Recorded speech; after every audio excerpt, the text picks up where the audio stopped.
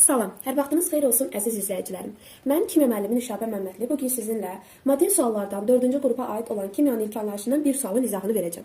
Sualda bizə deyir ki, X sulfat duzunda, yəni XSO4 duzunda X-in kütlə payı 20%-dir. Yəni omega X-imiz 20%-dir.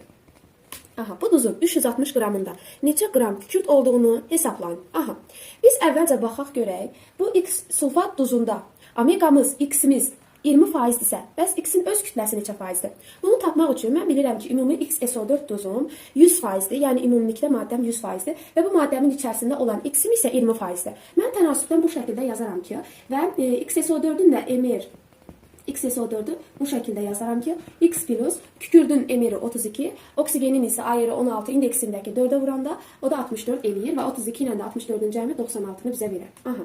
Tapdıq ki, XSO4'ümüzün emiri X plus 96'dır. Mən yazaram ki, ümumilikdə X plus 96 əgər 100%-dirsə, mənə də X-in kütlə payını 20% verir. X-in kütlə payı isə 20%-dir. Aha.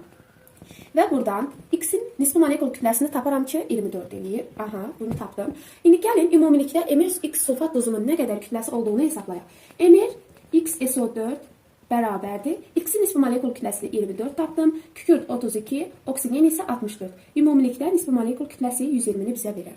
Bundan sonra bizə deyir ki, bu duzun 360 qramında neçə qram kükürt olduğunu hesablayın. Aha, əgər bizim ümumilikdə bu duzumuzun 120 qramdırsa, 120 qram olanda bu duzun içərisində kükürdün nisbi molekul kütləsi 32 olarsa və 360 qramında neçə qram kükürd olar? Buradan isə kükürdü tapırıq ki, 96 qram edir. Deməli, ümumi cavabımız 96 qramdır.